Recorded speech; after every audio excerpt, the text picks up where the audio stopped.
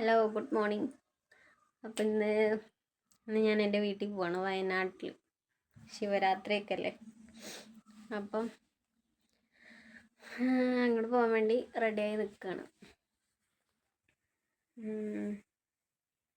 പിള്ളേർക്ക് world vision എന്ന് പറഞ്ഞൊരു ഇതുണ്ട്. അവിടെ വീഡിയോ എടുക്കാണ്ടെന്ന് പറഞ്ഞിട്ട് അവരവിടെ പോയിക്കപ്പോൾ ഞാൻ അവരെ കാത്ത് നിൽക്കാം.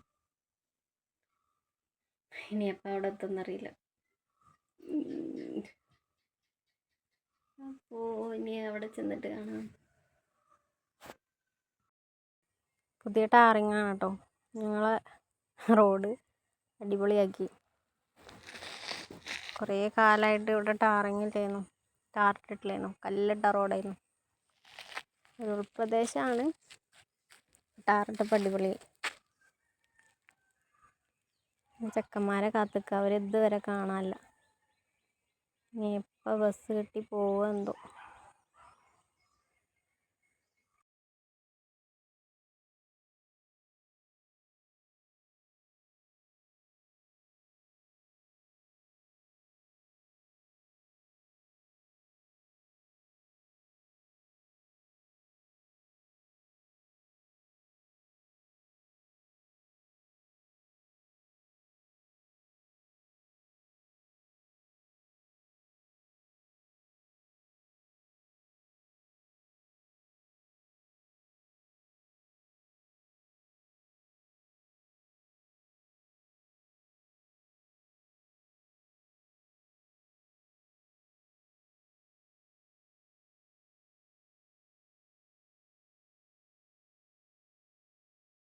അങ്ങനെ കാത്തു നിന്ന് അവരെത്തി. ഞങ്ങൾ ഒരുങ്ങി അവരെയും കൂട്ടി ബസ് കാത്തിക്കുക കേട്ടോ.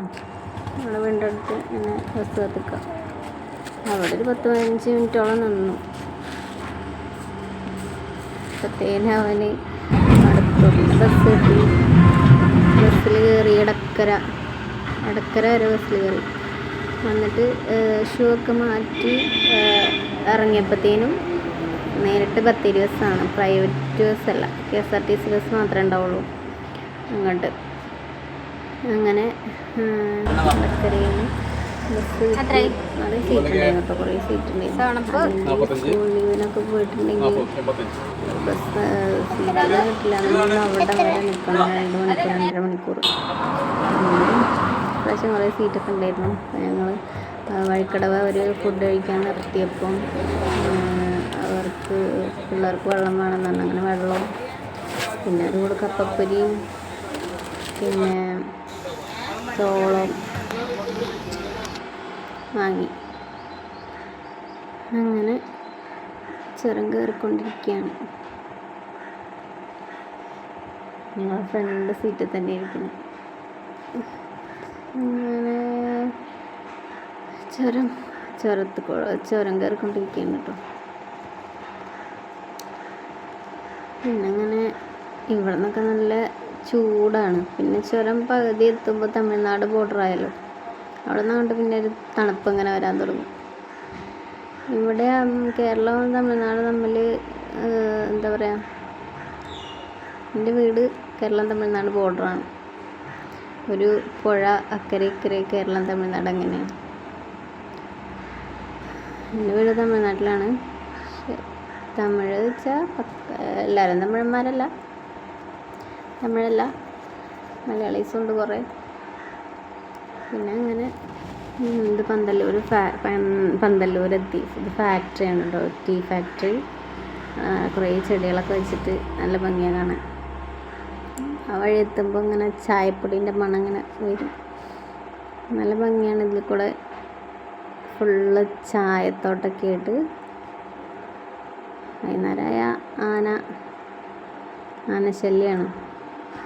പിന്നെ ഞങ്ങൾ ന്യൂസിലൊക്കെ കാണാറില്ലേ, പുലി കടുവ ഒക്കെ ഇറങ്ങിയെന്ന് പറഞ്ഞിട്ട്. അങ്ങനെ പിന്നെ ഞങ്ങൾ വീടെത്തി. 2.5 മണിക്കൂർ കഴിഞ്ഞ് വീടെത്തി. ചോറ് വിളമ്പിട്ടു. അപ്പോൾ ഇപ്പം ചോറുണ്ടാണ്ട് വത്തയ്ക്കാണ്. ഈ മഞ്ഞ കളറുള്ളത് അവനങ്ങനെ കഴിച്ചിട്ടില്ല.